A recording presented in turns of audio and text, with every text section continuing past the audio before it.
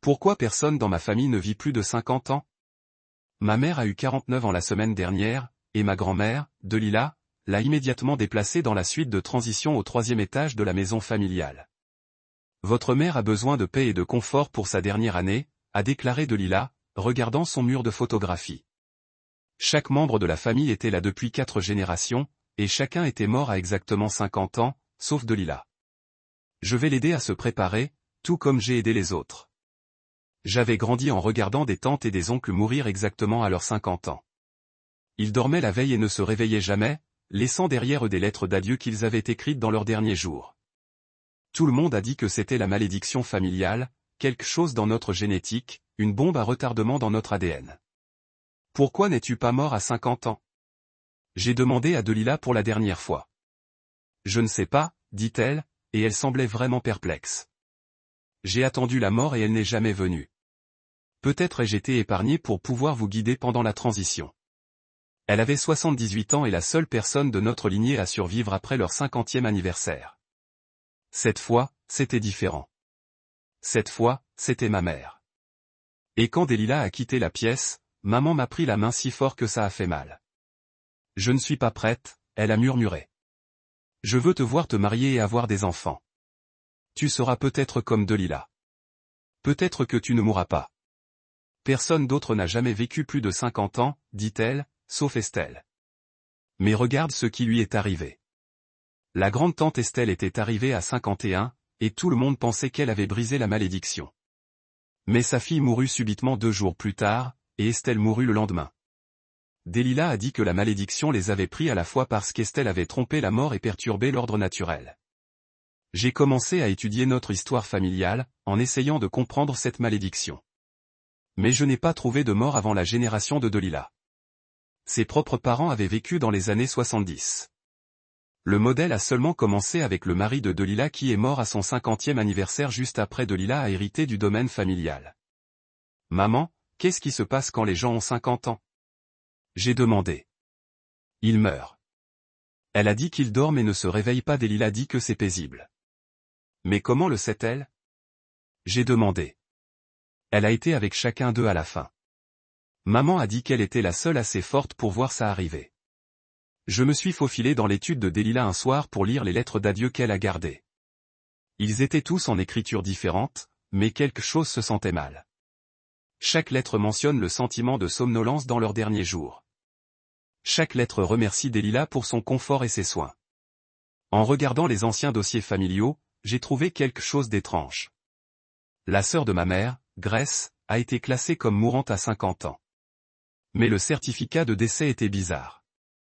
Pas de cause de mort, pas d'hôpital, juste la signature de Delila comme témoin. J'ai cherché en ligne et j'ai trouvé une Grace Calgary vivant en Oregon, 58 ans. J'ai appelé le numéro trouvé. Est-ce Grace Calgary? Il y a eu une longue pause. Qui demande? Je suis ta nièce, j'ai dit. Tout le monde pense que vous êtes mort. Bien, elle a dit. Laisse-les. Comment avez-vous survécu à la malédiction? J'ai supplié. J'ai quitté la veille de mon anniversaire. J'ai commencé à tomber malade un mois avant, épuisé et confus. Il est parti dès que j'ai quitté la maison. Pourquoi tu n'as rien dit? J'ai demandé. J'ai essayé d'avertir Estelle. Sa fille a entendu et a commencé à poser des questions. Elle fouillait dans la chambre de Delila la veille de sa mort. Je suis allé voir maman dans la suite de transition. Elle devenait plus mince et plus pâle tous les jours et Delila avait commencé à donner ses boissons à base de plantes spéciales pour faciliter sa transition. Je suis fatigué tout le temps. Mais Delila dit que c'est normal. Le corps sait quand il arrive.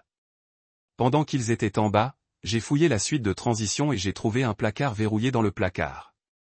À l'intérieur se trouvaient des fournitures médicales, des seringues, des flacons de liquide transparent et des doses de suivi pour chaque membre de la famille. La dernière entrée concernait ma mère. Augmenter progressivement la tolérance. J'ai tout photographié et je suis allé à la police, mais ils ont dit que les morts suspectes d'il y a 50 ans ne pouvaient pas faire l'objet d'une enquête sans corps. Ils ont promis de l'examiner, mais ils avaient besoin de plus de preuves. J'ai essayé de convaincre maman de partir, mais elle était terrifiée. Et si la malédiction me suivait? Et si ça te prend plutôt comme ça a pris la fille d'Estelle? Maman, je ne pense pas que ce soit une malédiction. Alors pourquoi tout le monde meurt? Elle a demandé. Et je n'avais pas de réponse qui n'aurait pas l'air faux. J'ai pris un échantillon de boisson à base de plantes de maman pour être testé, mais le labo a dit que ça prendrait des semaines. Pendant ce temps, maman devenait plus faible, acceptant davantage son destin. Elle avait commencé à écrire sa lettre d'adieu avec l'aide de Delilah. 2 semaines avant l'anniversaire de maman, je suis entré dans la chambre de Delilah pendant qu'elle était dehors. J'ai trouvé d'autres photos datant de plusieurs décennies. Chaque personne décédée à 50 ans avait la même expression vitreuse dans ses photos finales. J'ai trouvé des documents d'assurance. Delilah était le bénéficiaire de chaque membre de la famille qui était mort. Des millions de dollars au cours des décennies. Puis j'ai trouvé la chose la plus damnante. Un manuel médical sur les poisons et les substances qui imitent la mort naturelle. J'ai entendu des pas sur les escaliers et j'ai vite tout remis, mais Delilah était déjà debout dans la porte. « Tu es comme la fille d'Estelle », elle a dit, en sortant une seringue de sa poche. « Trop curieux pour ton bien. Mes jambes veulent courir, mais je les fais rester tranquilles. » Je regarde la seringue dans sa main et puis je lui retourne le visage. Je force ma voix à paraître normale et un peu gênée. Je lui dis que je cherchais des couvertures supplémentaires pour maman parce qu'elle a mentionné avoir froid plus tôt et que je me suis retourné dans le couloir. Le mensonge semble faible même pour moi, mais je continue à parler. Je dis que je sais que le placard est au 2e étage, mais j'ai pensé qu'il y avait peut-être du rangement ici aussi. Delilah me regarde pendant que je parle. Sa main reste stable avec cette seringue visible. Je la vois penser à me croire. Le silence s'étend pour ce qui se sent pour toujours. Enfin, elle. Protection juridique avant que Delilah ne fasse son dernier pas.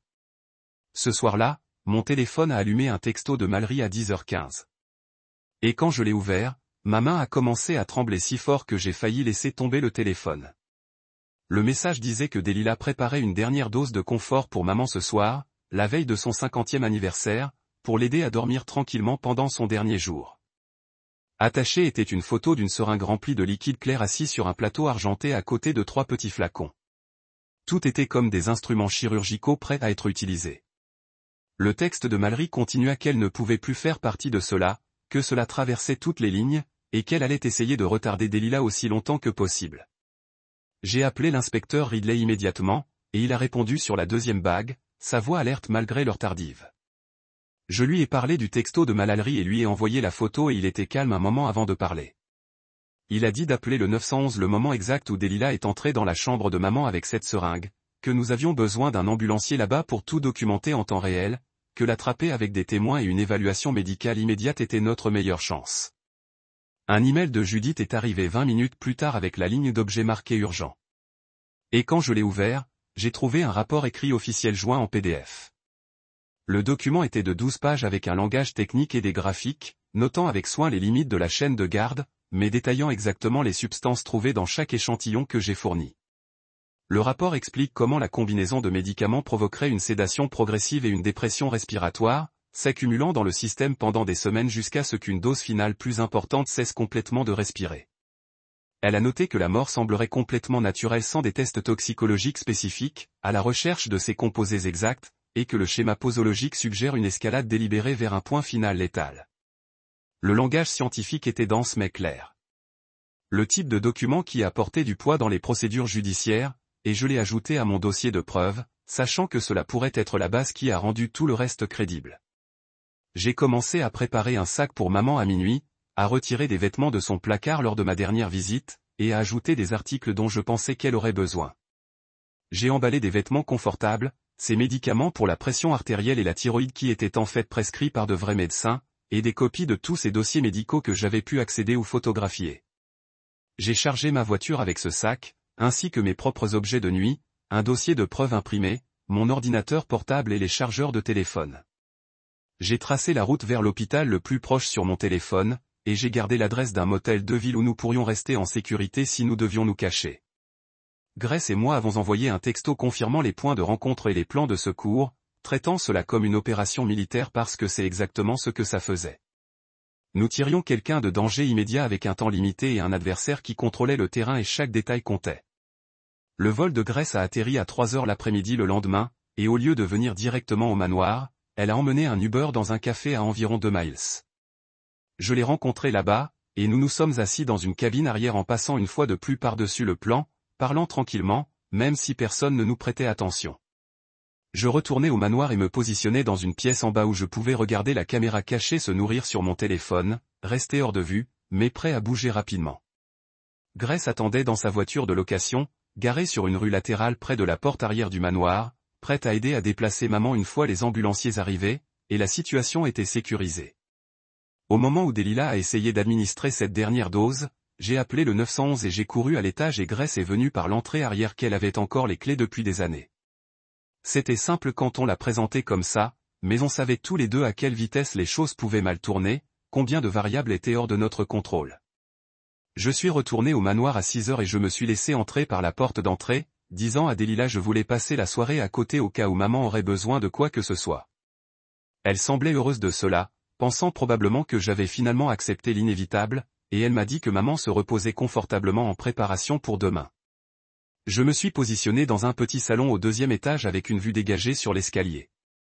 Mon téléphone s'est ouvert à l'application de la caméra et 911 prêt à composer. Les heures passaient sans rien arriver, juste moi regardant le petit écran montrant la chambre de maman et vérifiant l'heure toutes les quelques minutes. À 21h exactement, la caméra a montré que Delilah entre dans la chambre de sa mère avec un petit plateau et je pouvais voir clairement la seringue même sur l'écran de mon téléphone. J'ai composé le 911 alors que je me déplaçais déjà vers l'escalier, en les prenant deux à la fois aussi tranquillement que possible.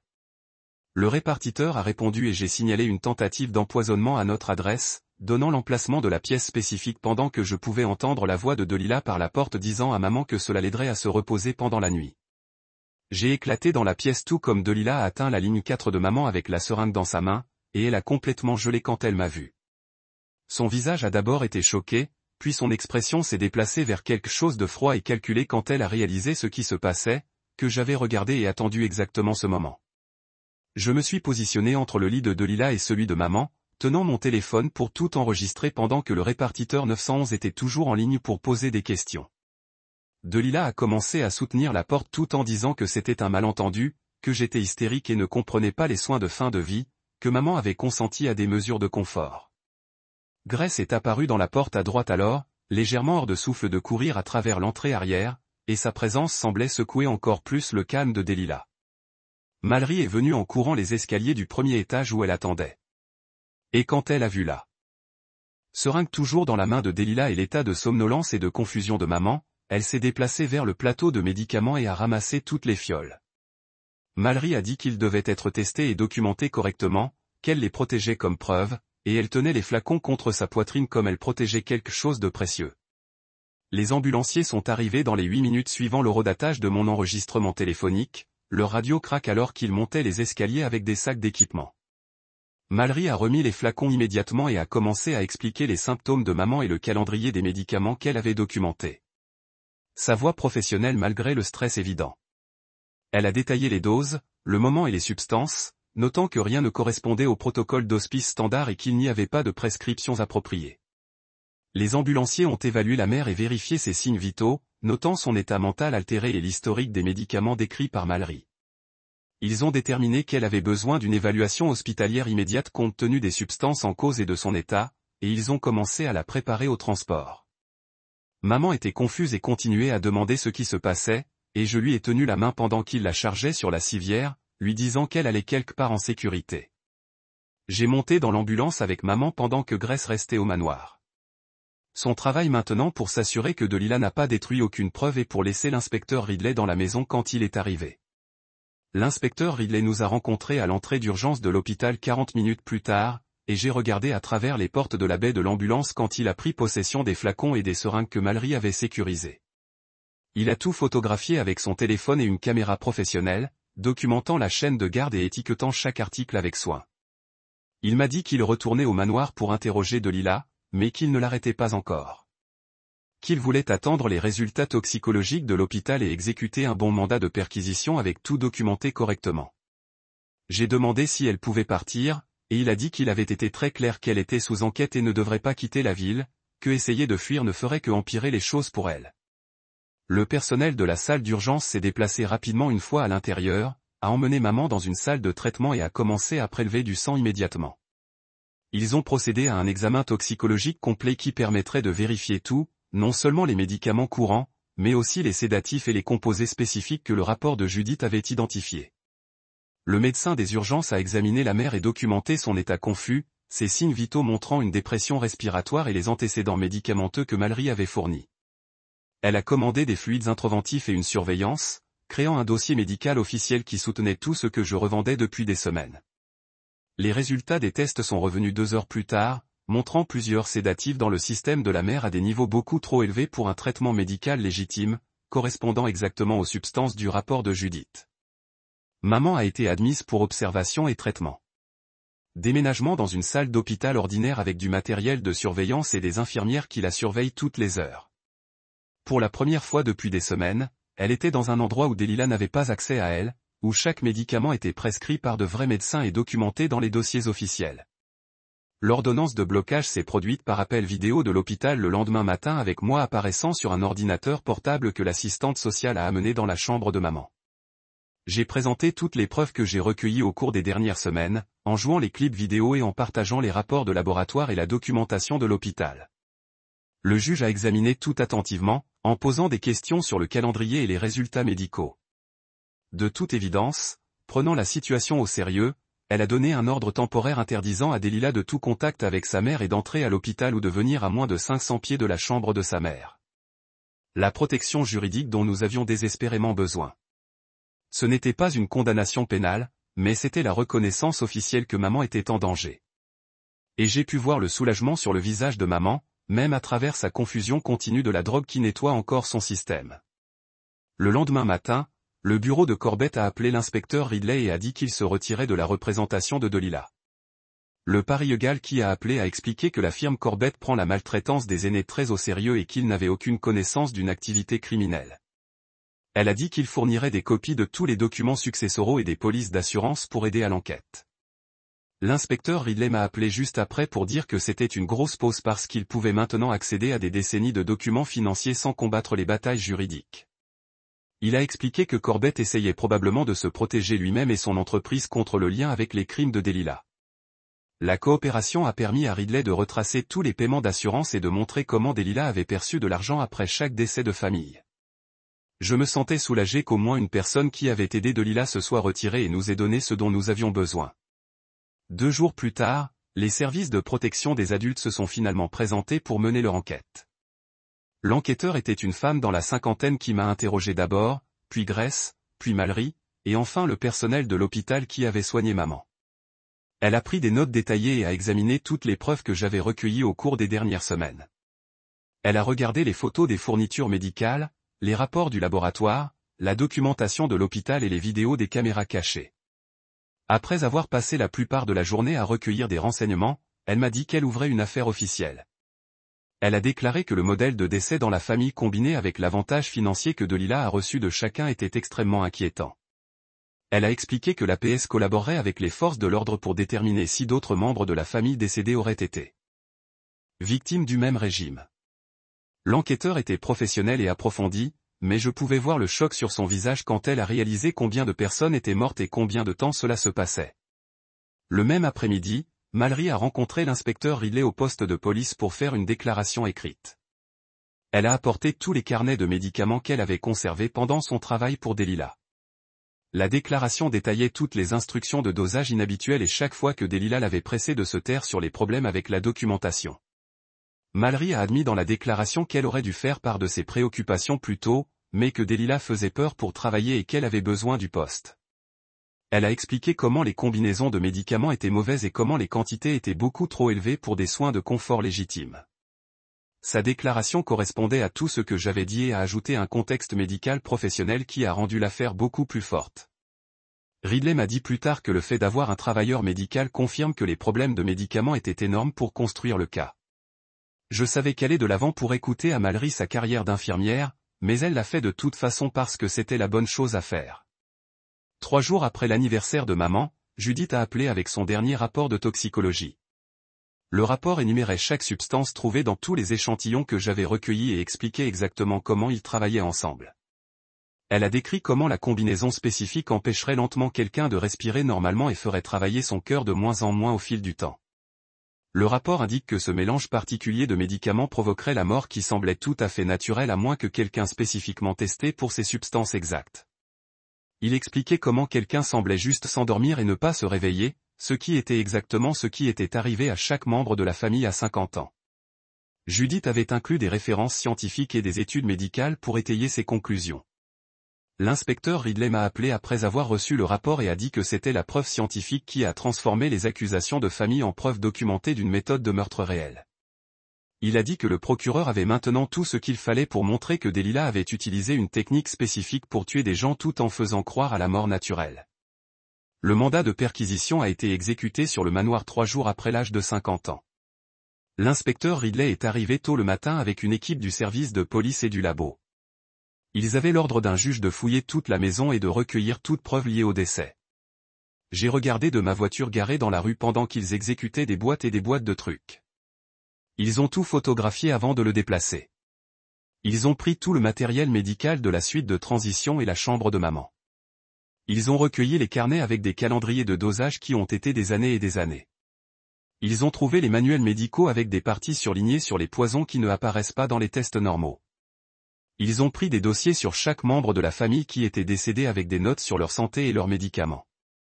Ils ont même recueilli toutes les lettres d'adieu que Delilah avait gardées comme des trophées. La fouille a pris la plus grande partie de la journée et au moment où ils ont été faits, ils avaient rempli un fourgon de police avec des preuves.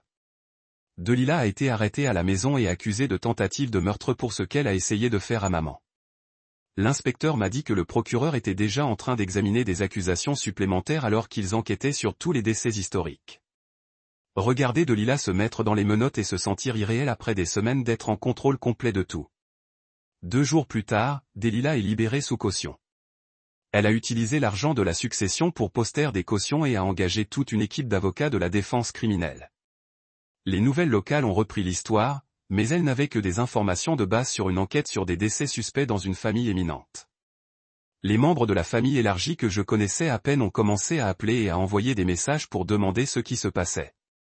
Certains ont insisté pour que Delilah ne fasse de mal à personne et ont dit que j'inventais des choses parce que je voulais l'héritage de maman. D'autres ont admis qu'ils avaient toujours pensé que l'histoire de la malédiction était bizarre et que quelque chose se sentait mal dans la mort de tout le monde. La famille s'est divisée en 2 groupes, se disputant sur les médias sociaux et dans les appels téléphoniques et les SMS. Les gens qui croyaient être innocents ont commencé à m'attaquer en ligne et à dire que j'étais une petite fille ingrate essayant de détruire une femme respectée. Les gens qui me croyaient partageaient leurs propres soupçons au sujet des décès familiaux dont ils avaient été témoins. Ce qui aurait dû être un cas clair de justice s'est transformé en drame familial en train de jouer où tout le monde pouvait le voir. J'ai arrêté de lire les messages et les commentaires parce qu'ils rendaient tout pire. Au cours de la semaine prochaine, l'état de maman s'est amélioré, car la drogue a finalement disparu de son système. L'hôpital l'a installée avec un médecin qui travaille avec des personnes âgées qui ont été manipulées et maltraitées. Le psychiatre a passé des heures à parler avec maman de ce que Delilah lui avait fait au cours de la dernière année. Elle a expliqué que maman avait reçu des médicaments qui ont foiré sa pensée et rendu impossible pour elle de comprendre ce qui se passait vraiment. Le psychiatre a dit que Delilah avait utilisé un mélange de produits chimiques qui ont affecté le cerveau de la mère et la pression psychologique qui ont rendu la lutte en arrière impossible. Maman a pleuré quand elle a réalisé à quel point elle était arrivée à mourir et à quel point Delilah avait contrôlé ce qu'elle pensait et ressentait. Elle disait qu'elle ne pouvait pas croire que sa mère avait prévu de la tuer pour de l'argent. Je me suis assis avec maman pendant les pires moments où la douleur et la colère l'ont frappée le plus durement. Le psychiatre a dit qu'il faudrait longtemps pour que maman traite tout, mais qu'elle était forte et qu'elle se rétablirait. L'assistante sociale de l'hôpital nous a rencontrés pour planifier que maman quitte l'hôpital. Elle a dit très clairement que maman ne pouvait pas retourner au manoir. Pendant que Delilah y avait accès. On a parlé de différentes options pour où maman pourrait rester et comment la garder en sécurité à long terme. L'assistante sociale a évoqué la possibilité de vendre la part de la mère de la succession pour payer sa propre maison pour vivre. Grace a proposé de laisser maman venir avec elle en Oregon où elle serait loin de Delilah et de tout le drame familial. Mais maman a dit qu'elle voulait rester près de moi parce que c'est moi qui lui avais sauvé la vie et elle m'a fait confiance pour la garder en sécurité. Nous avons commencé à regarder des maisons de location en ville qui avaient de bons systèmes de sécurité et aucun lien avec Delilah ou la famille. Le travailleur social nous a aidés à établir un plan de sécurité qui comprenait le maintien actif du tracker GPS et l'enregistrement régulier des personnes qui connaissaient la situation. Elle nous a aussi relié des ressources pour les victimes de violences envers les aînés et nous a donné des renseignements sur les groupes de soutien. En plein milieu de tout planifié, Corbett a envoyé un email disant que les comptes immobiliers étaient gelés. Le procureur allait chercher l'argent parce qu'il venait de fraude d'assurance. Cela signifiait que maman n'avait pas accès à son héritage pour payer un endroit où vivre ou ses factures médicales. Tout l'argent qui aurait dû être à elle était enfermé dans l'affaire. Tout à coup, nous n'avions aucun moyen de payer. J'ai maximisé mes cartes de crédit pour couvrir le loyer du premier mois sur une petite maison que nous avons trouvée et pour payer les factures médicales que l'assurance ne couvrait pas. La maison était minuscule par rapport au manoir, mais elle avait de bonnes serrures et un système de sécurité et était dans un quartier où personne ne connaissait notre famille. Je savais qu'on trouverait plus tard les problèmes d'argent. Mais en ce moment, garder maman en sécurité devait venir en premier. Grace a envoyé de l'argent pour aider et a dit qu'elle continuerait à aider tant que nous en avions besoin. Le stress financier a ajouté une autre couche d'inquiétude sur tout ce que nous avions à faire. J'ai commencé à voir un thérapeute pour gérer tout ce qui s'était passé au cours du mois dernier. La peur de perdre maman, l'enquête, de regarder Delila chaque seconde, et de réaliser à quel point tout a mal tourné. Le thérapeute m'a aidé à comprendre qu'être constamment alerte et inquiet avait été nécessaire pour garder maman en vie, mais que j'avais besoin d'apprendre quand c'était bon de me détendre maintenant. Elle a dit que j'avais des signes de traumatisme dus au stress et au danger. Nous avons travaillé sur des moyens de fixer des limites et avons reconnu que je ne pouvais pas tout contrôler, même si je voulais protéger maman de toute menace possible. Le thérapeute m'a appris à respirer des exercices pour quand la panique a frappé, et des façons de faire la différence entre le vrai danger et mon cerveau étant coincé en mode haute alerte. Je me suis entraîné à remarquer quand j'étais raisonnablement prudent contre quand j'étais si inquiet que ça rendait les choses plus difficiles. Elle m'a rappelé que maman était en sécurité maintenant et que j'avais tout fait pour la sauver, mais que j'avais aussi besoin de prendre soin de moi pour pouvoir continuer à aider maman jusqu'à sa guérison. Nous avons trouvé une petite maison de location 3 semaines après que maman ait quitté l'hôpital. Et j'ai passé 2 jours à installer des verrous sur chaque porte et fenêtre qui fonctionnaient. La société de sécurité est sortie et a installé des caméras couvrant toutes les entrées. Et j'ai testé le GPS dans le téléphone de maman pour m'assurer que les alertes de géance fonctionnaient correctement. Grace est venue nous aider à déplacer les affaires de maman de l'entrepôt, et nous avons installé sa chambre au premier étage pour qu'elle n'ait pas à monter les escaliers pendant qu'elle récupérait sa force. Maman tremblait ces premiers jours, sautant à chaque son et vérifiant les serrures plusieurs fois avant le lit. Mais j'ai remarqué que ses mains étaient plus stables quand elle a fait du café le matin, et elle a commencé à demander à retourner à son club de lecture. Grace est venue visiter toutes les 3 semaines, et nous avons mis en place un chat de groupe où nous avons vérifié tous les matins avec un simple pouce vert emoji juste pour confirmer que tout le monde allait bien. Le procureur a appelé à 2 reprises pour nous informer de l'affaire contre Delila et a dit qu'il s'agissait d'accusations de mort multiples, mais qu'il faudrait des mois pour examiner toutes les preuves. 2 mois après le 50e anniversaire de maman, nous nous sommes assis ensemble à la table de la cuisine dans notre petite maison sécurisée à manger. Et maman a réussi à me serrer la main. Elle a dit qu'elle était prête à commencer à vivre maintenant au lieu de survivre. Et je la croyais parce que je pouvais voir la couleur dans son visage et la façon dont elle souriait quand elle parlait d'avoir un chien ou de prendre un cours de peinture. La malédiction qui s'était accrochée à notre famille pendant des décennies s'est avérée être l'avidité d'une femme, et nous étions tous les deux vivants et libres d'elle. Il y a le gros final que personne n'attendait. Si tu regardes toujours, je ne peux pas dire si tu es loyal ou juste ennuyé. De toute façon, je suis flatté. Allez, abonnez-vous et voyez jusqu'où va cette mauvaise habitude. Glisse la seringue dans sa poche. Elle me dit que les fournitures médicales ne sont que des produits de confort pour maman. Elle dit que les patients hospitalisés ont besoin de divers médicaments pour la douleur et l'anxiété. Sa voix est calme comme si elle expliquait quelque chose d'évident à un enfant. Je hoche la tête avec tout ce qu'elle dit. Mon téléphone enregistre de l'audio dans ma poche de veste, et je prie pour que le microphone prenne ça. Delila se détend un peu. Elle m'avertit qu'en fouillant autour de lui, on est stressé. Elle dit, « Maman a particulièrement besoin de paix en ce moment. » Je m'excuse rapidement. J'utilise exactement les mêmes mots que Delila quand elle parle de la dernière année de maman. Je dis, je veux juste aider maman pendant sa transition et m'assurer qu'elle est à l'aise. Delila étudie mon visage pour un autre long moment. Elle a l'air satisfaite de mon retour en ligne avec l'histoire familiale. Elle me dit qu'il est tard et je devrais rentrer me reposer. Elle se tient entre moi et son bureau alors qu'elle m'accompagne vers la porte de la chambre. J'aimerais revoir maman avant de partir. Delila hésite. Je la vois débattre de la question de savoir s'il faut me laisser. Enfin, elle est d'accord, mais dit qu'elle viendra avec moi. Nous descendons le couloir ensemble vers la suite de transition. Mon esprit est déjà en avance sur ce que je dois faire ensuite. J'ai des photos de tout dans cette étude. J'ai l'enregistrement audio d'elle expliquant les fournitures médicales. Je dois apporter cette preuve à quelqu'un qui va vraiment aider. La police ne m'a pas prise au sérieux, mais peut-être qu'avec cette nouvelle preuve, ils écouteront. On rejoint la chambre de maman et Delila ouvre la porte tranquillement.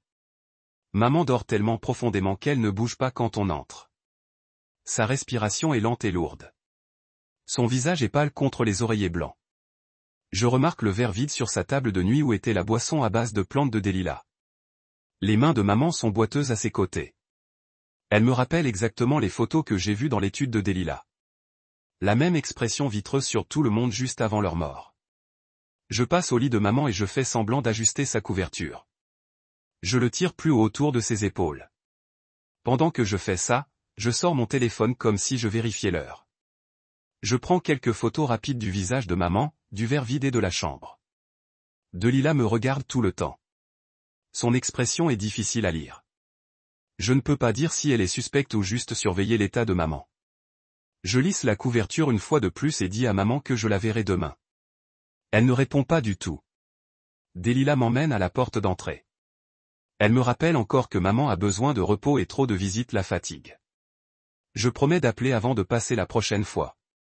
Dès que j'arrive à ma voiture, j'attrape mon téléphone avec des mains tremblantes. Je peux à peine le tenir assez stable pour trouver le numéro de Grace. Elle répond sur la deuxième bague. Je lui dis tout aussi vite que je peux. Les fournitures médicales dans l'armoire verrouillée, le carnet de dosage de suivi, les documents d'assurance montrant Delila comme bénéficiaire pour des millions de dollars, le manuel de poison, la confrontation où Delila avait une seringue. Grace écoute sans interrompre. Quand j'aurai fini, elle sera tranquille une seconde. Elle confirme tout ce que je soupçonnais. Elle dit qu'elle s'est sentie malade un mois avant son 50e anniversaire. Épuisée tout le temps, confus et brumeux. Les symptômes ont disparu quelques jours après avoir quitté le manoir. Après une semaine de soins de Delila, sa tête s'est complètement dégagée. Elle me dit que je dois sortir maman de cette maison le plus tôt possible. J'explique que maman est terrifiée de partir à cause de ce qui est arrivé à Estelle et sa fille. Grace dit que c'est exactement ce que Delila veut. Faites peur à tout le monde pour qu'ils restent et acceptent leur destin. Nous parlons d'options, mais rien ne semble assez sûr ou assez rapide. L'anniversaire de maman est à 2 semaines. Je conduis vers un café toute la nuit et je me gare dans leur terrain. Il est 3 heures du matin, mais je suis trop branché pour dormir. J'ai une application de notes sur mon téléphone et je commence à cartographier le manoir. Je dessine toutes les entrées dont je me souviens. La porte d'entrée, la porte de la cuisine, l'entrée côté jardin, l'entrée de livraison à l'arrière. J'ai vu des caméras de sécurité au fil des ans. Il y en a un qui couvre la porte d'entrée, un à l'entrée principale. Je pense qu'il y en a un dans le garage, mais je ne suis pas sûr. Ensuite, j'écris l'horaire du personnel en fonction des mois de surveillance de la routine familiale. La femme de ménage vient le lundi et le jeudi de 9h à 3. Le gardien est là le mercredi. Delila va à son club de lecture tous les mardis après-midi et elle est généralement partie pour 2 ou 3 heures. Ce sont les petites fenêtres quand je pourrais arriver à maman sans que Delila plane sur chaque interaction. Je dois utiliser ces temps pour parler à maman pour lui montrer les preuves pour la convaincre que partir est la seule façon de survivre. Quand la boutique électronique ouvrira à 9h, j'attends dans le parking. Je vais à l'intérieur et trouver la section caméra de sécurité. Un vendeur demande s'il peut aider, et je lui dis que j'ai besoin d'une petite caméra facile à cacher. Il m'en montre un conçu pour ressembler à un chargeur de téléphone. C'est parfait. Vous le branchez dans une prise et il enregistre sur une carte mémoire. Il montre comment le configurer et accéder au flux via une application sur mon téléphone. Je pratique le positionnement sous différents angles pour voir ce qu'il capture. La caméra a un objectif large qui peut couvrir la plupart d'une pièce si vous la placez bien. Je l'achète avec une carte mémoire haute capacité. Dans le parking, je le teste à nouveau pour m'assurer de comprendre tous les paramètres. Si je peux enregistrer Delila en fait donner à maman ses boissons toxiques ou les injections, ça pourrait être la preuve concrète dont j'ai besoin. Quelque chose qui montre exactement ce qu'elle fait. Quelque chose qui ne peut pas être expliqué comme un drame familial ou un malentendu. Je trouve le site de la police sur mon téléphone et je trouve l'adresse email de la division de détectives. Je transmets toutes les photos de l'étude de Delila, les fournitures médicales, le carnet de dosage, les polices d'assurance, le manuel sur le poison. J'écris un courriel détaillé expliquant la situation. J'inclus le calendrier. Je souligne que le 50e anniversaire de maman est dans 2 semaines. J'ai frappé envoyer et immédiatement obtenir une réponse automatisée. Le message dit qu'ils connaissent des volumes élevés de cas. Le délai de réponse est de 5 à 7 jours ouvrables. Je veux lancer mon téléphone sur le parking. Maman n'a pas 7 jours pour attendre que quelqu'un regarde un email. Elle n'a même pas 7 jours au total. Mais je me force à rester calme et à penser à ce que je peux contrôler d'autres. Je dois continuer à construire des preuves. Je dois tout documenter. Je dois être prêt à agir le moment venu. J'ouvre les photos de documents d'assurance sur mon téléphone et zoomé pour les lire plus attentivement. Les montants sont stupéfiants. 50 000 $ après la mort de l'oncle James. 75 000 après tante Patricia. 100 000 après mon grand-père. Les politiques remontent à des décennies. J'ajoute des chiffres difficiles dans ma tête et il s'agit de plusieurs millions de dollars au fil des ans. Chaque politique énumère Delila comme bénéficiaire. Chaque certificat de décès a sa signature comme témoin. Elle était là pour chacun. Elle les a vus mourir et a signé la paperasse et recueilli l'argent. Le modèle est si clair qu'il devrait être impossible d'ignorer, mais apparemment tout le monde l'ignore depuis des années parce que personne ne remet en question l'histoire de la malédiction familiale. Personne n'a pensé à enquêter parce que Delila était la matriarche de famille respectée qui a pris soin de tout le monde si dévoué pendant leurs derniers jours. Cet après-midi-là, je retourne au manoir avec la caméra cachée dans mon sac. J'envoie à Delila que je passe, et elle répond que maman est réveillée, mais doit garder la visite courte. Quand je vais dans la chambre de maman, elle est assise au lit. Elle a l'air grenon et pâle, mais au moins ses yeux sont ouverts. Je lui dis que j'étais inquiet pour elle. Je dis que j'ai fait des recherches sur notre histoire familiale, et certaines choses ne s'additionnent pas. J'essaie de mesurer combien je peux dire sans lui faire peur pour tout dire à Delila. Maman me serre la main. Elle a accepté son destin. Elle me dit que combattre la malédiction ne fait qu'empirer les choses. Elle mentionne Estelle et comment essayer de tromper la mort l'a fait tuer, elle et sa fille. Je dois mordre ma langue dure à éviter de crier. Je veux lui dire qu'il n'y a pas de malédiction. Je veux lui montrer toutes les preuves, mais je sais que si je pousse trop fort en ce moment, elle va paniquer et dire à Delila et puis je vais perdre tout accès. Au lieu de ça, je lui tiens la main et lui dis que je l'aime. Je lui promets qu'on trouvera ça ensemble. Elle sourit tristement comme elle pense que je suis dans le déni de ce qui vient. Avant de partir, je branche la caméra cachée dans une prise près de sa table de nuit. On dirait un chargeur de téléphone normal. Maman ne regarde même pas ça. Je quitte la chambre de maman et marche rapidement dans les escaliers, mes jambes tremblant de l'adrénaline de branchement dans cette caméra juste sous le nez de Delila. Je vais à ma voiture et je m'assieds dans le siège du conducteur pendant 1 minute, les mains accrochent le volant pendant que j'essaie de me calmer assez pour penser clairement. Je sors mon téléphone et je cherche des laboratoires médicaux privés qui font des tests toxicologiques, défilant les résultats jusqu'à ce que je trouve un qui annonce des délais rapides et un service 24 heures sur 24. Je compose le numéro et une femme répond sur la deuxième bague, sa voix professionnelle est légèrement fatiguée. J'explique que j'ai besoin de tester un échantillon de boisson et quelques flacons pour des substances inconnues, en essayant de paraître calme et raisonnable au lieu d'aimer quelqu'un au milieu d'une urgence familiale. Elle commence à poser des questions sur la chaîne de la garde à vue et sur la question de savoir si cela est à des fins juridiques. Et je réalise que c'est bien plus compliqué que de déposer un échantillon dans un labo. Elle me parle des procédures de collecte, des exigences de stockage et de la documentation qui doivent être maintenues si je veux que les résultats soient utiles à n'importe quelle fonction officielle. J'écris des notes au dos d'un reçu que j'ai trouvé dans ma console, essayant de suivre toutes ces instructions sur les conteneurs scellés, le contrôle de température et les signatures des témoins.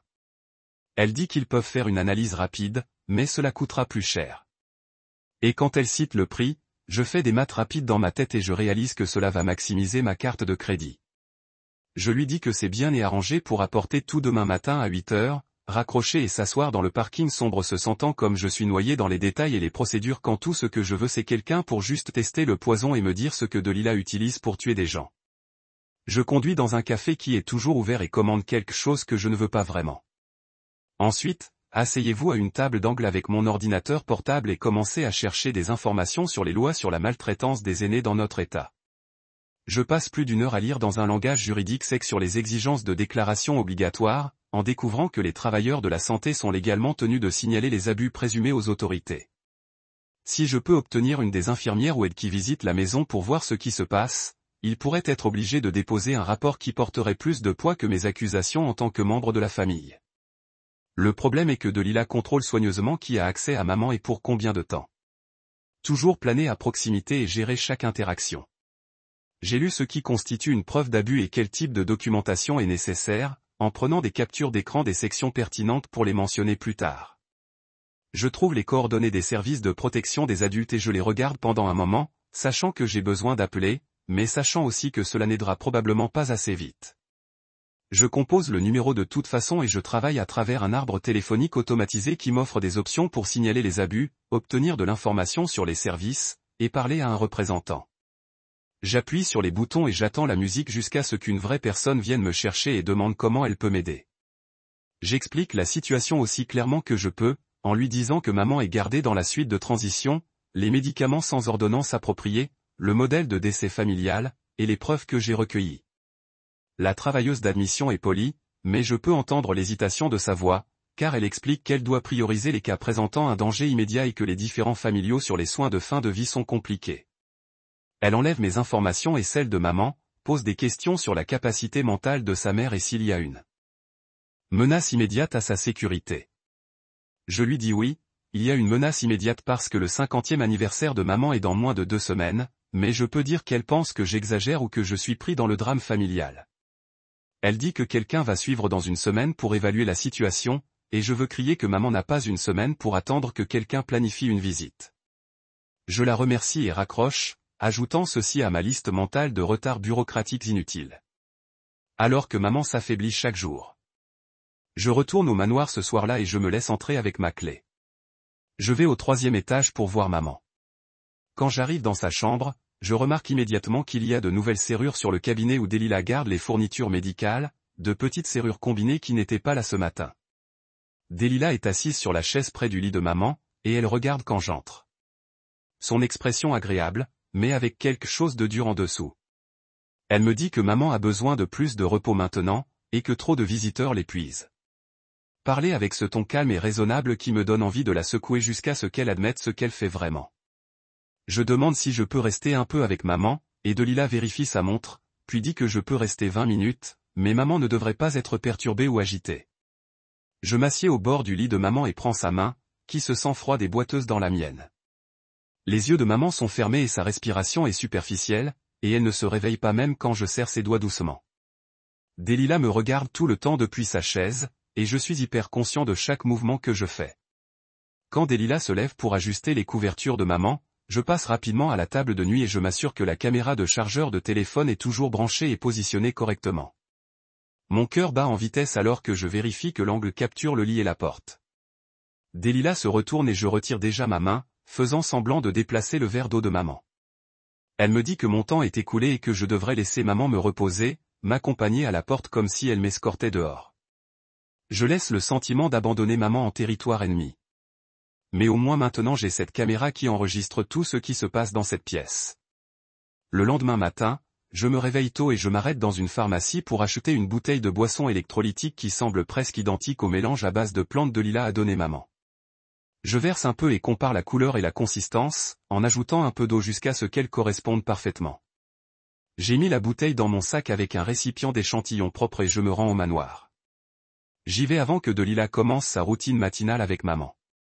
Je me suis laissé entrer et monter, trouver maman encore endormie et la chambre vide. Je peux entendre Delila se déplacer en bas, probablement faire le petit déjeuner ou prendre son propre café. Je m'installe rapidement à la table de nuit où Delila garde le lot actuel de boissons à base de plantes dans une bouteille de verre. Mes mains tremblent tellement que j'ai failli les frapper.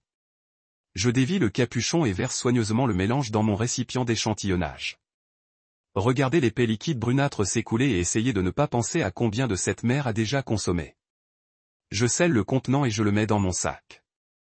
Versez ensuite l'électrolyte dans la bouteille de verre et vissez le bouchon. J'essuie quelques gouttes que j'ai renversées quand j'entends des pas sur les escaliers et j'ai à peine le temps de mettre la bouteille de pharmacie dans mon sac et de m'éloigner de la table de nuit avant que Delila entre. Elle me regarde avec des sourcils levés et demande ce que je fais ici si tôt et je lui dis que je ne pouvais pas dormir et que je voulais voir maman avant le travail.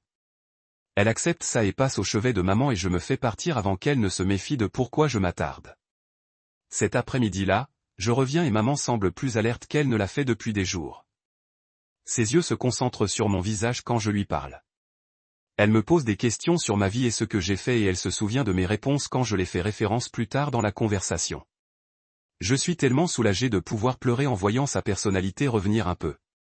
Delila vient nous voir et elle remarque immédiatement que quelque chose est différent, ses yeux se rétrécissant alors qu'elle regarde maman suivre notre conversation et répondre correctement. Elle fait un commentaire sur le fait qu'il est intéressant que maman semble plus énergique aujourd'hui, puis ajoute que les herbes doivent avoir besoin d'une concentration plus forte puisque maman renforce la tolérance à la dose actuelle. La façon décontractée dont elle parle de droguer sa propre fille me fait tourner l'estomac, mais je me force à sourire et à faire signe comme si je pensais qu'elle essayait juste d'aider avec les soins de confort. Delila part pour préparer un nouveau lot et je m'assois avec maman, tenant sa main et essayant de mémoriser ce moment de lucidité avant que les drogues ne la ramènent.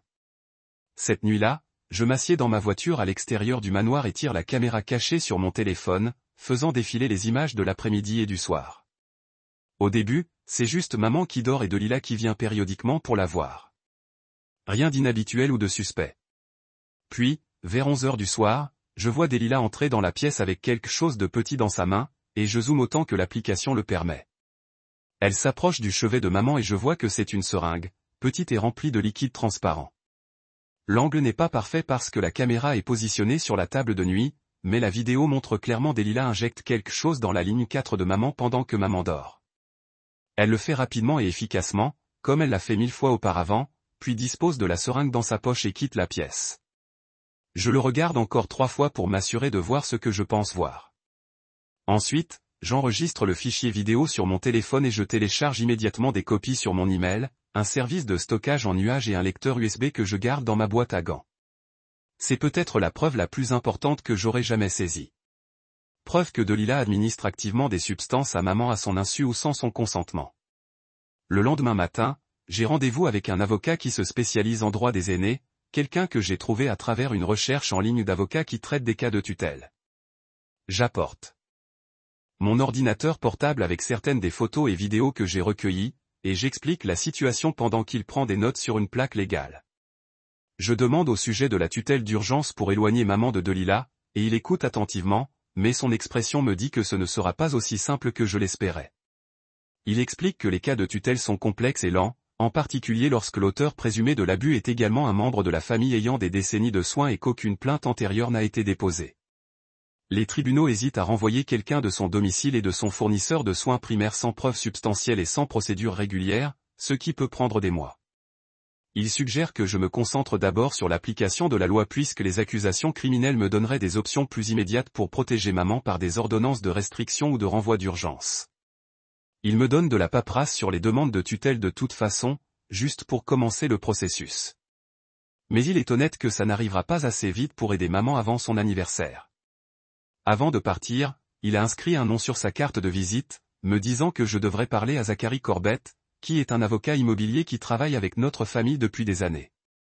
Il dit que Corbett pourrait avoir des informations sur les polices d'assurance et les arrangements financiers qui pourraient être pertinents pour mon cas. J'appelle le bureau de Corbett du parking, et sa secrétaire m'a fait passer après que j'ai expliqué que je suis la petite fille de Delila et que j'ai besoin de discuter de certaines questions de succession. Corbett accepte de me voir cet après-midi, et je traverse la ville à son bureau, qui est dans un de ces vieux bâtiments avec des panneaux de bois sombre et des meubles coûteux. Quand on me montre dans son bureau, Corbett est poli mais distant, gesticulant pour moi de m'asseoir dans une des chaises en cuir en face de son bureau. Je commence à expliquer mes inquiétudes au sujet des polices d'assurance et du modèle de décès, et son expression va du professionnel au froid. Il me dit que toute la planification successorale a été faite correctement et que les membres de la famille sont souvent contrariés par les décisions de fin de vie lorsque les émotions sont élevées. Il dit que tout a été examiné par plusieurs avocats et exécuté selon les normes légales. Et il implique que je suis dramatique et que je cherche des problèmes là où il n'y en a pas. Il suggère que je me concentre sur le soutien de maman à travers sa transition plutôt que de faire des accusations contre Delila, qui n'a été que dévouée à sa famille depuis des décennies. Je réalise qu'il parle que Delila l'a probablement préparé à cette conversation, peut-être même l'a averti que je pourrais venir poser des questions. Il protège son client et ferme mes enquêtes avant que je puisse obtenir de lui de vraies informations. Je le remercie de son temps et de son départ, en l'ajoutant à ma liste mentale de personnes qui sont complices ou volontairement aveugles à ce qui se passe. Je conduis au laboratoire privé et je me gare dans leur petit terrain, j'attrape mon sac avec les contenants et je rentre. La réception est propre et clinique, et je donne mon nom à la personne au bureau qui me dirige vers une petite salle de consultation. Une femme dans un manteau de laboratoire arrive et se présente comme Judith Berg, et elle s'assoit en face de moi pour discuter du processus d'essai. Elle explique les limites des tests sans chaîne de garde et sans documents juridiques appropriés, en me disant qu'elle peut analyser les substances et me dire ce qu'elles sont, mais les résultats pourraient ne pas être admissibles au tribunal si le processus de collecte n'est pas correctement documenté. Elle me pose des questions détaillées sur la façon dont j'ai obtenu les échantillons et si quelqu'un a assisté à la collecte, et je dois admettre que je l'ai fait seul sans aucune procédure officielle. Elle crie comme si elle s'y attendait et dit qu'elle comprend et qu'elle peut toujours faire l'analyse pour me dire à quoi je fais face, même si elle ne peut pas être utilisée comme preuve juridique. Je lui dis que c'est bien, que j'ai juste besoin de savoir ce que Delila utilise pour savoir comment l'arrêter.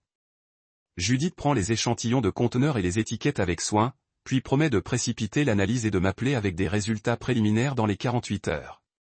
Elle me donne un reçu et de la paperasse sur les procédures de test, et je laisse l'impression que je fais enfin une sorte de progrès, même si c'est plus lent que nécessaire. Je retourne à la maison cet après-midi avec un petit enregistreur audio que j'ai acheté dans un magasin électronique, le genre conçu pour ressembler à un chargeur USB régulier. Je me gare dans la rue et je monte à la maison, en vérifiant que la voiture de Delila est toujours dans l'allée avant de me laisser entrer par l'entrée latérale. Maman dort quand je vais dans sa chambre au 3e étage. Sa respiration peu profonde et son visage pâle contre les oreillers blancs. Je me déplace rapidement vers le mur où une photo encadrée de notre famille est accrochée près de son lit, le soulevant soigneusement de son crochet et en plaçant l'enregistreur derrière avant de la raccrocher. L'appareil est assez petit pour disparaître complètement derrière le cadre, et je teste l'angle pour m'assurer qu'il recueille des voix de n'importe où dans la pièce. Je l'allume et vérifie que mon téléphone enregistre. Alors ajustez la couverture de maman et partez avant que Delila ne revienne de ce qu'arrond la sortie de la maison. Chaque élément de preuve que je recueille me sent important, mais aussi pas assez seul. Comme si je construisais un puzzle où j'ai besoin de chaque pièce avant que personne ne croie ce que la photo montre.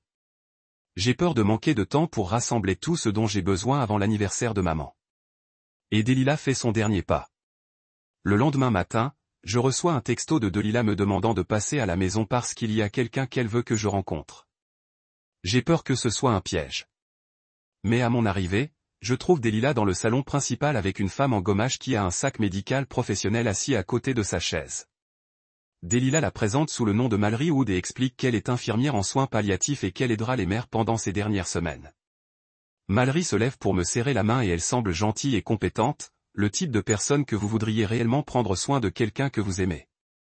Elle a de la paperasse sur la table basse, et elle passe en revue les horaires des médicaments et les protocoles de soins avec Delila, posant des questions sur les symptômes de maman et la routine quotidienne.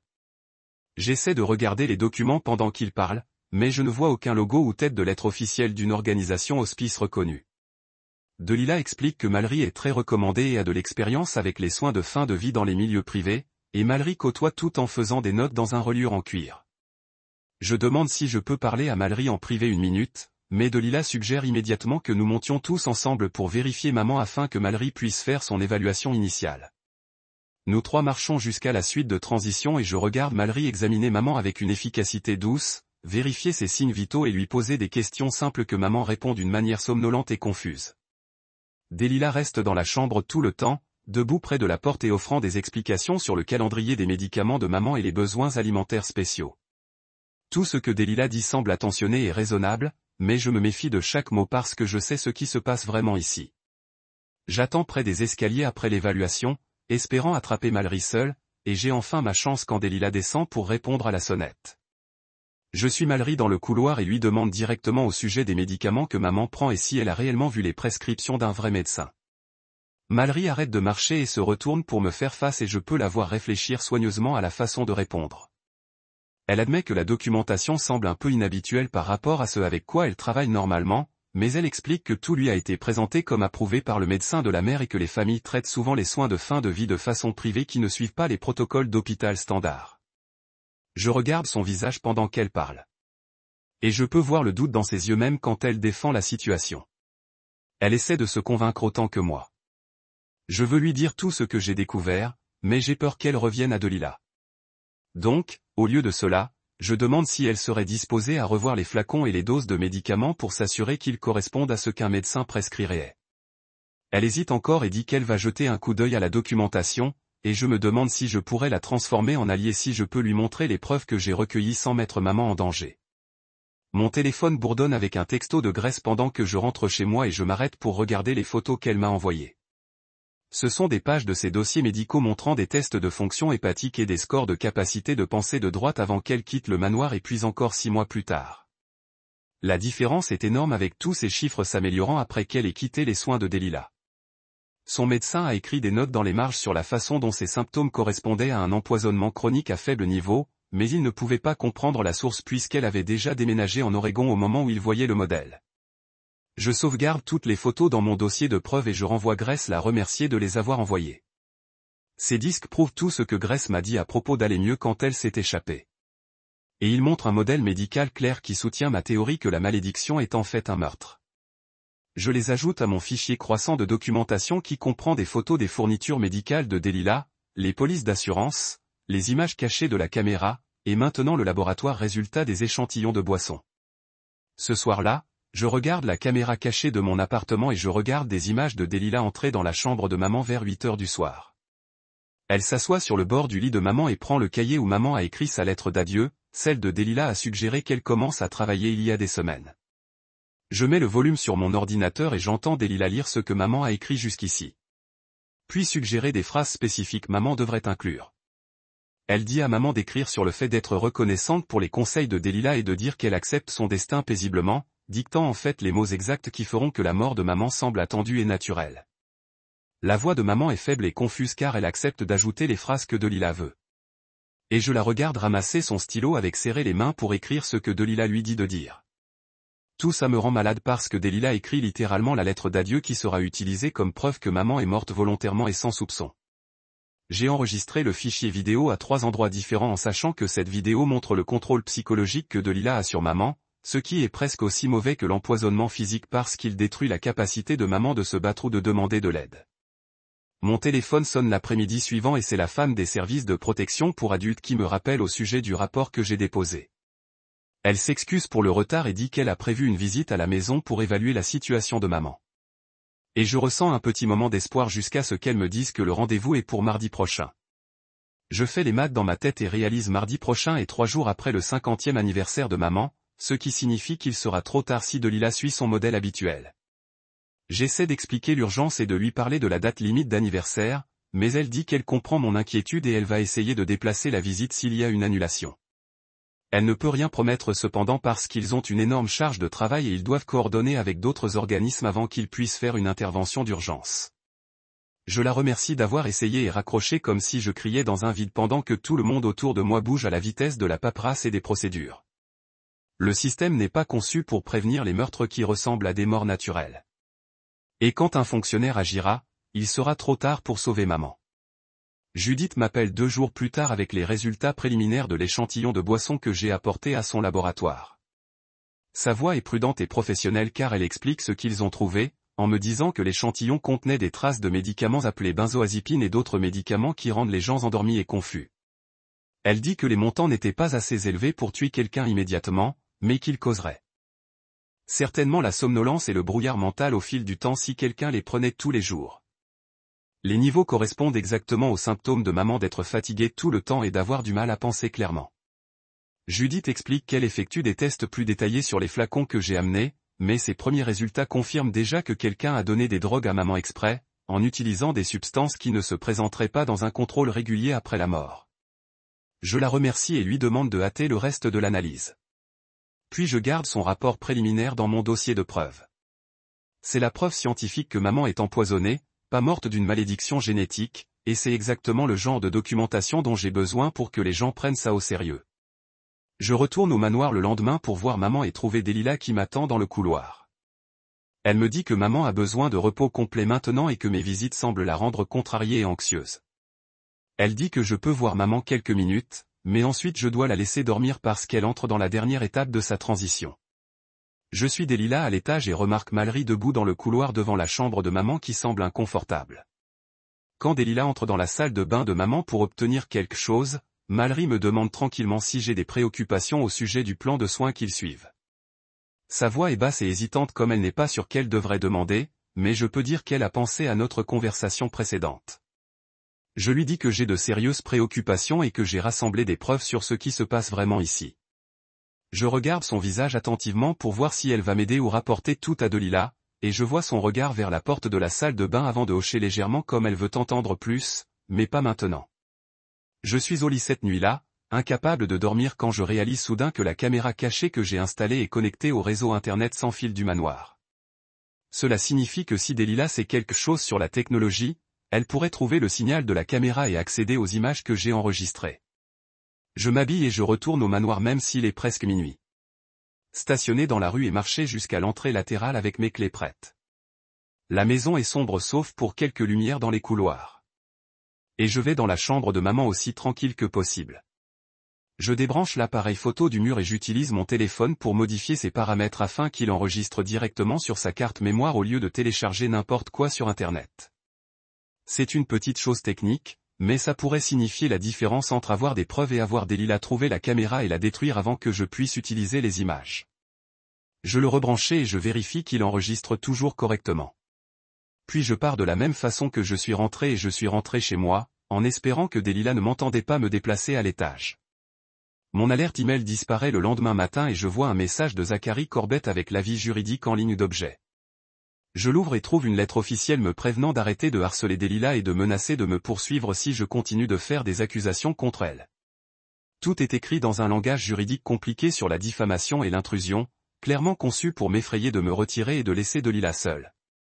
Je l'ai lu 2 fois et je me rends compte que Delilah sait que je travaille activement contre elle, même si elle ne sait pas exactement quelles preuves j'ai recueillies.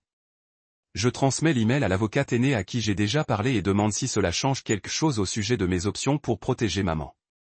Il écrit en retour dans 1 heure disant que c'est une tactique d'effroi typique que les avocats utilisent pour intimider les gens, mais que je devrais être prudent sur la façon dont je recueille des preuves allant de l'avant parce que Delilah se prépare évidemment à se battre. Je garde sa réponse et j'ajoute la lettre menaçante de Corbett à mon dossier de preuves, sachant que cela aide en fait mon cas en montrant que Delilah essaie de faire taire quiconque se demande ce qu'elle fait. Mon téléphone sonne le lendemain matin et je vois le numéro de Judith à l'écran. Elle me dit que l'analyse détaillée est complète et me demande si je peux venir au labo pour examiner les résultats en personne parce qu'il y a beaucoup à expliquer. Je conduis tout de suite et elle diffuse plusieurs pages de rapports techniques sur son bureau, en soulignant les sections surlignées alors qu'elle me fait découvrir ce qu'ils ont trouvé. Les flacons contiennent un mélange de benzodiazépine combiné avec d'autres médicaments sédatifs qui travaillent ensemble pour ralentir la respiration et la fonction cardiaque au fil du temps. Elle explique que quelqu'un prenant ces substances à des doses croissantes deviendrait somnolent et confus. Leur corps s'affaiblirait et leur système respiratoire finirait par cesser de fonctionner pendant leur sommeil. Reste demandé et sur Spotify maintenant. Consultez le lien dans la description ou les commentaires. La combinaison est conçue pour ressembler à la mort naturelle, en particulier chez quelqu'un d'environ 50, qui pourrait être supposé avoir des problèmes de santé sous-jacents qui finalement prient avec eux.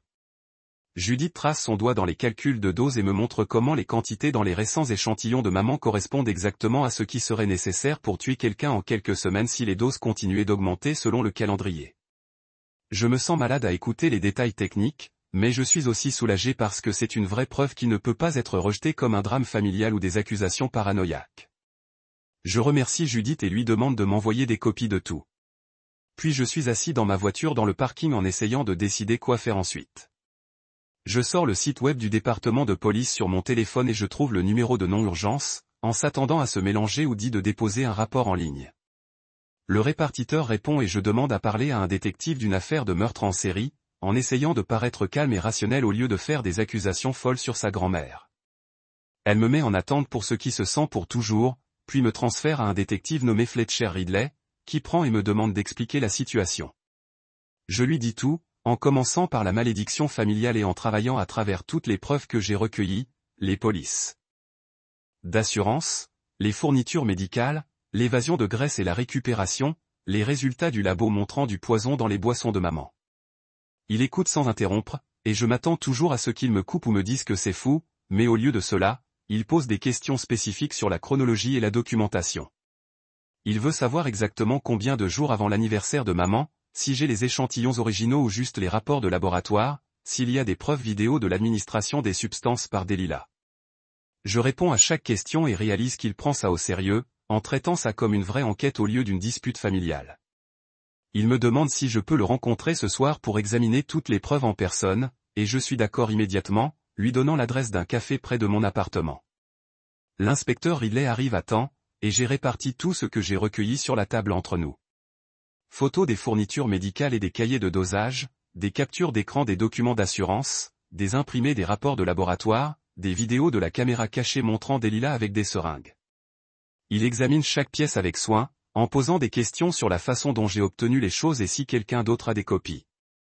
Il est honnête sur les défis auxquels nous sommes confrontés avec cette affaire, soulignant que la plupart des morts ont eu lieu il y a des années ou même des décennies, que Delilah est un membre respecté de la communauté qui n'a jamais eu de problème, et que certaines de mes preuves pourraient avoir des problèmes avec la façon dont il a été recueilli.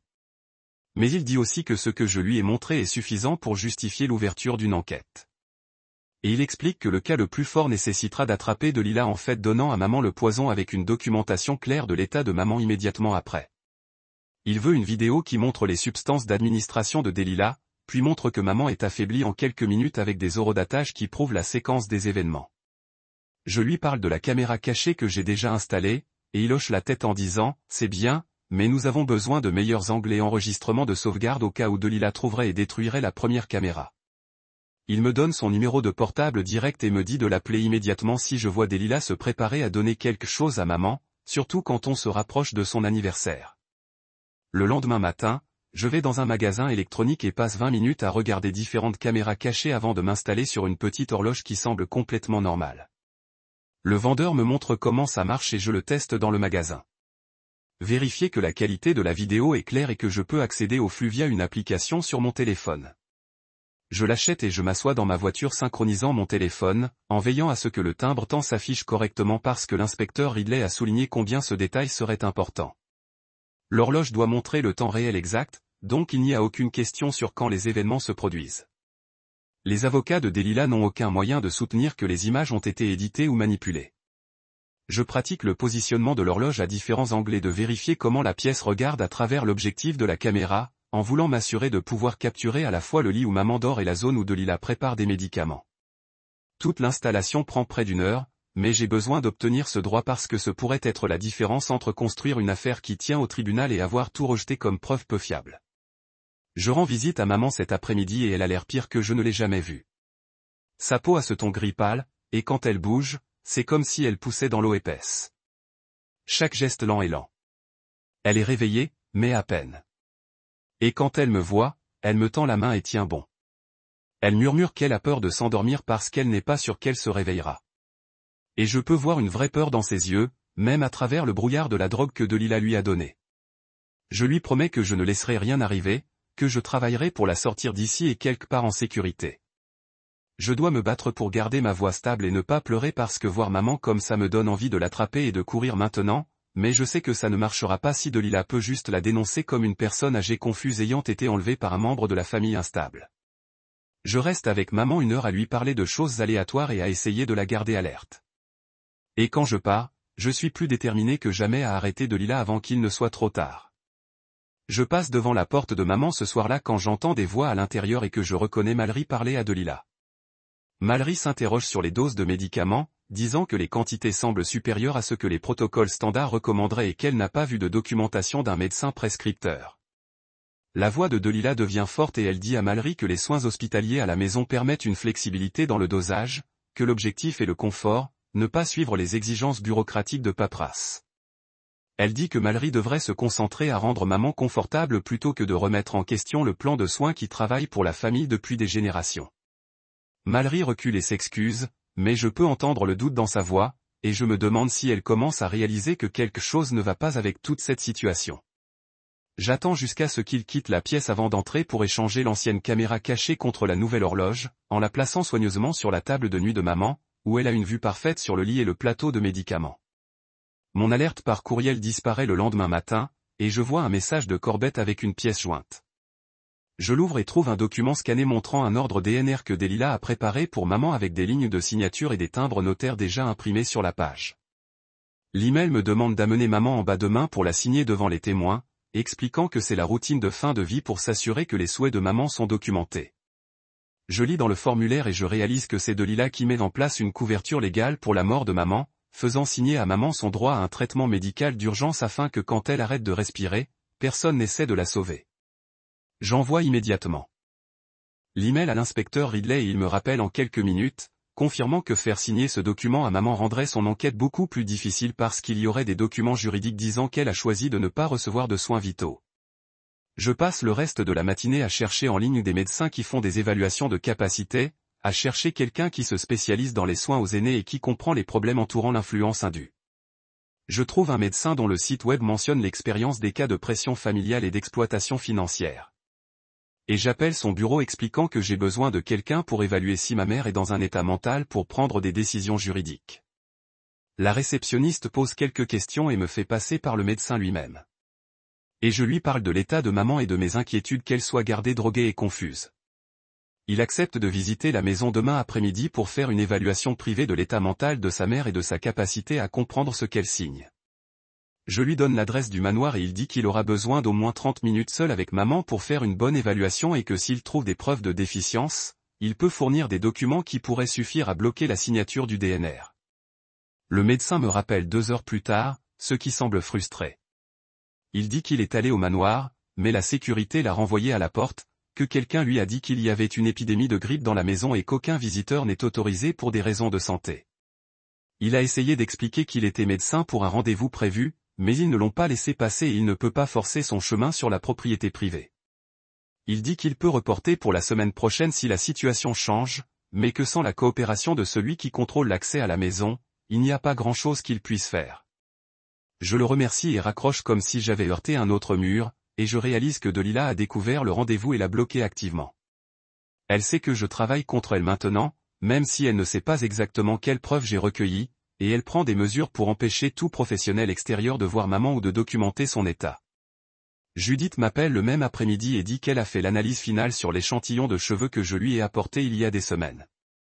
Les résultats montrent que la mère a été exposée au même composé sédatif sur une période d'au moins 6 semaines avec des niveaux qui ont augmenté progressivement au fil du temps. Le modèle correspond exactement à ce à quoi on s'attendait si quelqu'un construisait des doses lentement pour établir la tolérance avant de donner une quantité mortelle finale. Judith explique qu'elle a rédigé un rapport préliminaire avec un langage prudent sur les limites de la chaîne de garde depuis que j'ai moi-même recueilli les échantillons.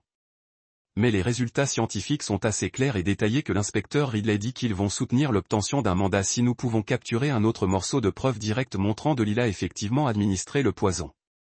J'ai passé le lendemain matin dans un magasin de fournitures médicales à chercher quelque chose qui pourrait m'aider à localiser maman si les choses allaient mal. Le commis m'a montré un petit appareil GPS conçu pour les patients âgés avec des problèmes de mémoire d'environ la taille d'un quart et conçu pour s'intégrer dans une poche sans être remarqué.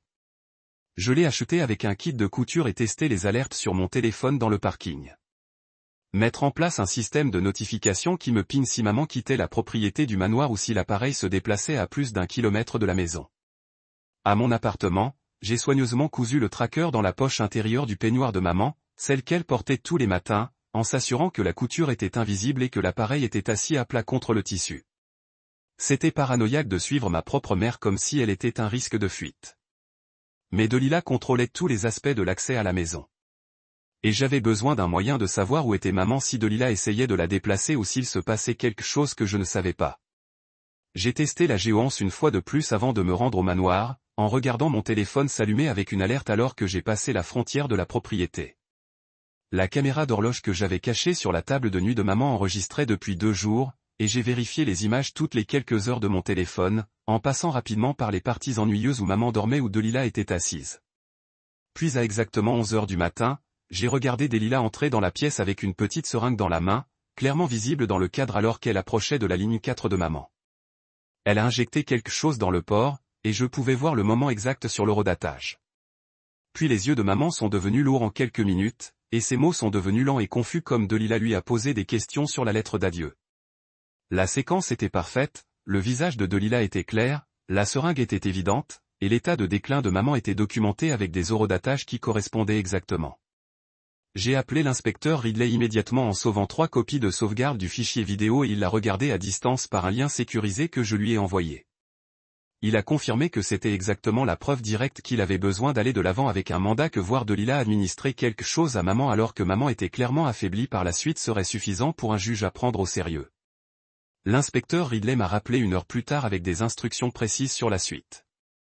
Il a expliqué que le processus de mandat prendrait au moins 1 jour ou 2, même avec la preuve vidéo, et que dans l'intervalle, je devrais appeler le 911 la prochaine fois que j'ai vu Delila se préparer à donner des médicaments ou des injections à maman. Ayant des ambulanciers documenter l'état de la mère et la présence de substances dans son système en temps réel créerait un dossier médical officiel qui ne pourrait être rejeté comme drame familial ou contesté plus tard au tribunal. Il m'a expliqué exactement ce qu'il fallait dire au régulateur et comment s'assurer que les ambulanciers comprenaient qu'il s'agissait d'un cas présumé d'empoisonnement, et pas seulement d'un désaccord familial sur les soins de fin de vie. J'ai programmé le 911 dans le raccourci d'urgence de mon téléphone et passé l'après-midi à préparer un sac avec l'essentiel de maman. Au cas où nous devions quitter le manoir rapidement. J'ai pris ses médicaments, des copies de ses dossiers médicaux, des vêtements confortables, et ses photos préférées, stockant tout dans mon coffre de voiture où il serait prêt à aller à un moment donné. Je suis arrivé au manoir ce soir-là pour trouver Delila dans la chambre de maman avec Corbett assis au petit bureau. La paperasse du DNR s'est étendue devant eux. Maman avait l'air pâle et confuse au lit. Et Delila pointait vers des lignes de signature tandis que Corbett préparait son timbre notaire. Je suis entré avec mon téléphone déjà en train d'enregistrer des vidéos et de les interrompre, disant clairement que maman n'était dans aucun état pour prendre des décisions juridiques et que je documentais tout ce qui se passait dans cette pièce. Le visage de Delila est devenu froid et elle m'a dit de partir immédiatement, que ce n'était pas mes affaires et que j'étais bouleversant maman pendant un moment important. Mais Corbett avait l'air mal à l'aise alors qu'il regardait l'expression vitrée de maman et la façon dont sa main secouait quand elle essayait de tenir le stylo. Il a suggéré de reporter la signature pour une période où il y avait moins de conflits familiaux. Utiliser un langage d'avocat prudent qui lui a donné une sortie sans accuser directement quiconque de quelque chose de mal. C'était une petite victoire, mais je la prendrai. Tout ce qui retarde maman à signer son droit à un traitement médical d'urgence nous a donné plus de temps. Mallory m'a trouvé dans le couloir le lendemain matin et m'a tiré dans une pièce vide, fermant la porte avant de parler à voix basse. Elle a admis qu'elle avait passé la nuit en revue les registres des médicaments, et quelque chose ne s'est pas additionné sur les doses ou les combinaisons Delila avait donné maman. Les montants étaient trop élevés pour des soins de confort standard. Les combinaisons de médicaments étaient inhabituelles et potentiellement dangereuses, et il n'y avait pas de document d'ordonnance approprié d'aucun médecin réel. Elle a dit qu'elle pourrait perdre son permis d'infirmière pour avoir participé à cela, même sans le savoir, et qu'elle envisageait sérieusement de le signaler au Conseil médical de l'État. Je lui ai parlé de l'inspecteur Ridley et de l'enquête qui était déjà en cours, lui montrant certaines des preuves que j'avais recueillies, y compris la vidéo de Delila avec la seringue. Le visage de Mallory est devenu pâle pendant qu'elle regardait les images, et elle a accepté de garder maman aussi alerte que possible pour aller de l'avant, pour arroser toute boisson préparée par Delila, et de m'appeler immédiatement si Delila a essayé de donner des médicaments ou des injections supplémentaires. J'ai photographié les nouvelles fioles qui sont arrivées à la maison plus tard ce jour-là, livrées par un messager médical et signées par Delila. Les numéros de lot et les étiquettes pharmaceutiques ont indiqué qu'il s'agissait de concentrations plus fortes des mêmes composés sédatifs que Judith dans les échantillons précédents. J'ai regardé Delila les montrer à Mallory et j'ai expliqué que c'était le dernier lot de confort pour les derniers jours de maman. En parlant de ça comme si c'était des soins d'hospice normaux plutôt que des fournitures de meurtre livrées pour tuer sa propre fille. La façon décontractée dont elle en a parlé pendant que je me trouvais dans la pièce a fait ramper ma peau. Mais je me suis attaché à obtenir des photos claires de chaque flacon et documenter les étiquettes et les renseignements sur la posologie pour l'inspecteur Ridley. Grace m'a appelé cet après-midi pour dire qu'elle avait réservé un vol et arriverait demain, prêt à aider à déplacer physiquement maman si nous pouvions créer une occasion de la sortir du manoir.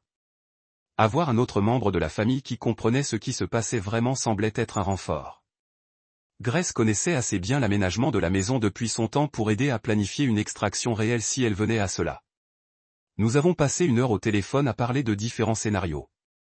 Et si Delila appelait la police et nous accusait d'enlèvement? Et si maman refusait de partir parce qu'elle avait trop peur de la malédiction? Et si on faisait sortir maman, mais qu'on s'accuse d'ingérence ou de mauvais traitement envers les aînés? Nous n'avions pas de réponse parfaite, mais au moins nous avons réfléchi aux possibilités et fait des plans de sauvegarde pour chaque situation. Le bureau de Corbett m'a envoyé une autre lettre de cessation par courriel ce soir-là. Cette fois, me menaçant de poursuivre personnellement pour diffamation et ingérence dans l'administration de l'État.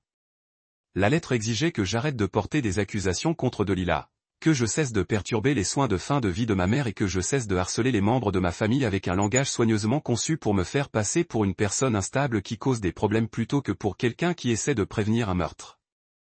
J'ai tout transmis à l'inspecteur Ridley, qui a répondu qu'il avait vraiment aidé notre affaire en montrant que Delilah essayait activement de me faire taire, mais la menace juridique me rendait toujours nerveux à propos des conséquences potentielles. J'ai déposé une ordonnance de restriction temporaire contre Delilah le lendemain matin, j'ai joint les preuves vidéo et les rapports de laboratoire à la requête du tribunal ainsi qu'une déclaration écrite détaillant tout ce que j'ai découvert.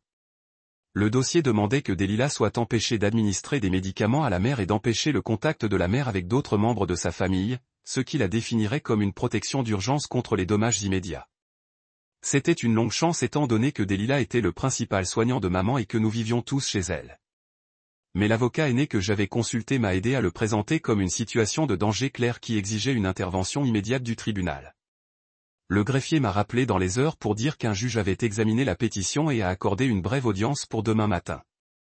Elle a expliqué que le juge examinerait la preuve plus attentivement et entendrait les deux parties avant de décider s'il fallait rendre une ordonnance temporaire, mais que les vidéos et les rapports toxicologiques étaient suffisamment convaincants pour justifier une audience d'urgence. J'ai passé ce soir-là à organiser mes preuves en un calendrier clair, à imprimer des documents clés et des photos, et à préparer ce que je dirais pour expliquer la situation sans sonner hystérique ou faire des accusations que je ne pouvais pas soutenir avec des preuves. L'anniversaire de maman était dans 3 jours, et cette audience semblait être notre dernière chance réelle d'obtenir une